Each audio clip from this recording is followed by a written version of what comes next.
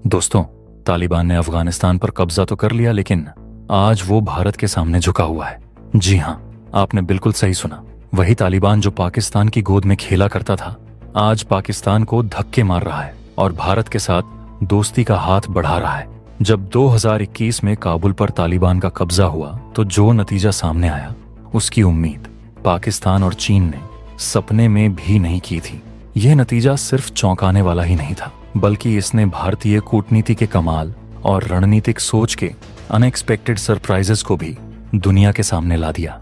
तो कुर्सी की पेटी बांध लीजिए, क्योंकि आज हम आपको ले चलेंगे उस मेगा स्ट्रैटेजी के अंदर जिसने न सिर्फ अफगानिस्तान के नक्शे को बदलने की कोशिश की, बल्कि पूरे मध्य एशिया में एक नया ही मंजर पैदा कर दिया। चलिए जानते हैं। लेकिन उससे पहले, अगर आपको भी भारत की इस ऐतिहासिक पहल पर गर्व है तो अभी के अभी इस वीडियो को लाइक कीजिए और कमेंट बॉक्स में जय हिंद जरूर लिखिए। याद रहे, जय हिंद कहना हम सब के लिए गर्व की बात है। दोस्तों, भारत का वो बड़ा रिस्क जिसका नाम है अफगानिस्तान में इंफ्रास्ट्रक्चर डेवलपमेंट। सबसे पहले यह समझना जरूरी है कि भारत ने इतना बड़ा रिस्क लिया ही क्यों, जब पूरी दुनिया जानती थी कि अफगानिस्तान खतरनाक है। इसका जवाब छुपा है भारत की भू राजनीतिक स्थिति और पाकिस्तान की बढ़ती दखलंदाजी में। पाकिस्तान हमेशा से भारत को अफगानिस्तान से काटना चाहता था, यानी मध्य एशिया तक भारत की सीधी पहुंच को ब्लॉक करना।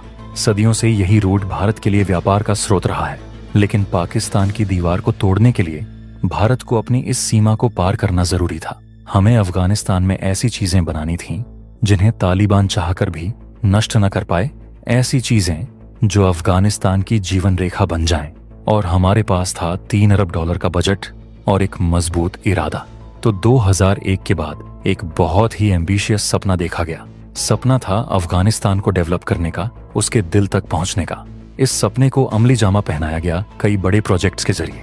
मकसद साफ था, सलमा डैम से लेकर संसद भवन तक ऐसी चीजें बनाना जो अफगानिस्तान की धड़कन बन जाएं और लाखों लोगों की जिंदगी को बदल दें। यहाँ से भारतीय दिमाग और इंजीनियरिंग का असली जादू शुरू होता है। सबसे पहले भारत ने हेरात प्रांत में सलमा डैम बनाने का फैसला किया, जो अफगानिस्तान की सबसे बड़ी इंजीनियरिंग चुनौतियों में से एक था। यह भारत की सबसे महत्वाकांक्षी परियोजनाओं में से एक है। प्लान यह था कि इस बांध से न सिर्फ बिजली बनाई जाएगी, बल्कि सूखे इलाके में पानी पहुंचाया जाएगा। इसके लिए बनाया गया एक विशाल डैम, जिसे अफगान भारत मैत्री बांध के नाम से जाना जाता है। ये कोई मामूली बांध नहीं है। यह 42 मेगावाट बिजली पैदा करता है और हजारों एकड़ जमीन को सिंचित करता है। इसमें लगी भारतीय टेक्नोलॉजी इतनी एडवांस है कि बिना भारतीय इंजीनियर्स के इसे चलाना नामुमकिन है। इस बांध का निर्माण एक इंजीनियरिंग चमत्कार है। सोचकर देखिए, एक ऐसे इलाके में जहां पानी की एक एक बूंद के लिए लोग तरसते थे, वहां भारत ने जिंदगी की गारंटी बना दी। सलमा डैम प्रोजेक्ट शुरू हुआ और भारतीय इंजीनियर्स ने पूरी ताकत से इस पर काम किया। 2016 में जब इसका उद्घाटन हुआ तो अफगान लोग जश्न मनाने लगे। सब कुछ प्लान के मुताबिक चल रहा था, लेकिन फिर हुआ वो जिसकी उम्मीद शायद किसी ने भी नहीं की थी। साल 2021 में जब तालिबान ने काबुल पर कब्जा किया तो पूरी दुनिया को लगा कि भारत का अफगानिस्तान चैप्टर खत्म। पाकिस्तान में जश्न मनाया गया, चीन खुश हुआ। लेकिन जब तालिबान ने हेरात पर कब्जा किया और उनकी नजर इस बांध पर पड़ी, तो उन्हें जल्द ही एहसास हुआ कि इस विशालकाय बांध को चलाना उनके बस की बात नहीं है। तालिबान खुद भारत से गुजारिश करने लगा कि अपने इंजीनियर्स भेजकर इस बांध को चलाएं। इस बांध ने लोकल पावर डायनामिक्स को बदलना शुरू कर दिया। अचानक से तालिबान को समझ आया कि देश चलाने के लिए बंदूक नहीं, डेवलपमेंट चाहिए। एक बंजर सत्ता पर अब भरोसे के नए निशान दिखने लगे थे। लेकिन हर बड़े सपने की राह आसान नहीं होती। भारत के इस प्रोजेक्ट के साथ ऐसा ही हुआ। शुरुआत में जो जोश था वह धीरे धीरे कम होने लगा। इसके पीछे कई कारण थे। पहला, पैसा। ये प्रोजेक्ट बहुत ज्यादा महंगा था। $3 अरब की लागत और कोई गारंटी नहीं कि तालिबान आने के बाद ये सब बचेगा भी या नहीं। दूसरा, सुरक्षा। भारतीय इंजीनियर्स और वर्कर्स को लगातार खतरा था। कई बार हमले भी हुए। तीसरा, पाकिस्तान का विरोध। पाकिस्तान हर कदम पर भारत को अफगानिस्तान से बाहर करने की कोशिश कर रहा था। एक समय ऐसा लगने लगा था कि यह महान सपना तालिबान के कब्जे में ही कहीं दफन हो जाएगा। लेकिन तभी कुछ ऐसा हुआ जिसने सबको चौंका। तालिबान को जल्द ही यह कड़वी सच्चाई समझ में आई कि देश बंदूक से जीता जा सकता है, लेकिन चलाया नहीं। देश चलाने के लिए बिजली, पानी, सड़कें, अस्पताल और पैसा चाहिए। और यह सब पिछले 20 सालों से अफगानिस्तान को कौन दे रहा था? सिर्फ भारत। लेकिन कहानी यहाँ खत्म नहीं हुई। साल 2021 के बाद तालिबान ने जब मुड़कर देखा तो उन्हें एहसास हुआ कि उनके देश की लाइफलाइन, उनकी धमनियां भारत के हाथ में है। इस बार पुरानी दुश्मनी को भूलकर एक नए रिश्ते की शुरुआत हुई।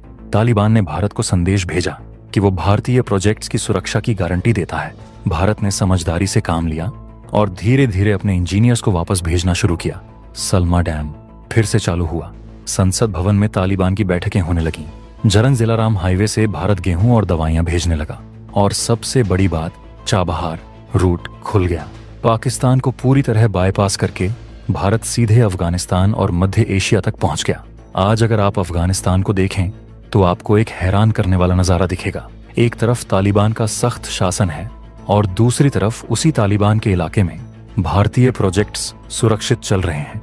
यह भारत के लिए कूटनीति की जीत है। यह भारत को मध्य एशिया तक सीधी पहुंच दे रहा है और पाकिस्तान के लिए एक बड़ा झटका भी साबित हो रहा है। यह इंसानी सूझबूझ और रणनीतिक सोच की जीत की एक मिसाल है। लेकिन जैसा कि हर बड़े प्रोजेक्ट के साथ होता है, इसके साथ भी कुछ बड़े सवाल जुड़े हैं। सबसे बड़ा सवाल है तालिबान पर भरोसा। क्या तालिबान लंबे समय तक अपनी बात पर कायम रहेगा? क्या पाकिस्तान इसे बर्दाश्त करेगा? दूसरा सवाल अंतर्राष्ट्रीय मान्यता का। ज्यादातर देश अभी तक तालिबान को मान्यता नहीं देते। ऐसे में भारत को कितनी दूर तक जाना चाहिए? तीसरा सवाल है इंसानी अधिकारों का। तालिबान के शासन में महिलाओं और अल्पसंख्यकों की स्थिति बहुत खराब है। क्या भारत को इस मुद्दे को नजरअंदाज करना चाहिए? ये सवाल आसान नहीं है और इनका जवाब आने वाला वक्त ही देगा। तो दोस्तों, भारत द्वारा अफगानिस्तान में $3 अरब निवेश करने की यह कहानी सिर्फ पैसे और इंफ्रास्ट्रक्चर की नहीं है। यह एक देश की अपनी भू राजनीतिक मजबूरियों से ऊपर उठकर एक बड़ा सपना देखने की कहानी है। इस सफर में हमें अनएक्सपेक्टेड लीवरेज मिला, हमें फेलियर्स का सामना करना पड़ा और फिर हमें एक नई शुरुआत भी मिली। यह प्रोजेक्ट इस बात का सबूत है कि कूटनीति अगर सही तरीके से की जाए तो वह सैन्य शक्ति से ज्यादा कारगर हो सकती है। आज अफगानिस्तान का तालिबान, जिसने अमेरिका तक को धूल चटाई, वही आज भारत पर निर्भर है। भारत के लिए पाकिस्तान को घेरने के लिए तैयार है। यही है भारत की वो रणनीति जिसने चीनी चालों से लेकर अमेरिकी साजिशों तक को पछाड़ दिया है। लेकिन इसके साथ यह भी याद दिलाता है कि अंतर्राष्ट्रीय रिश्तों में हमें हमेशा सावधान रहना चाहिए और हर कदम सोच समझकर उठाना चाहिए। आपको क्या लगता है? क्या भारत की यह स्ट्रेटजी सही है? क्या तालिबान पर भरोसा किया जा सकता है या हमें और सावधान रहने की जरूरत है? अगर वीडियो पसंद आई हो तो वीडियो को लाइक करके इसे ज्यादा से ज्यादा लोगों तक शेयर करें। चैनल को सब्सक्राइब नहीं किया है तो जरूर करें। मिलते हैं अगले वीडियो में। जय हिंद, जय भारत।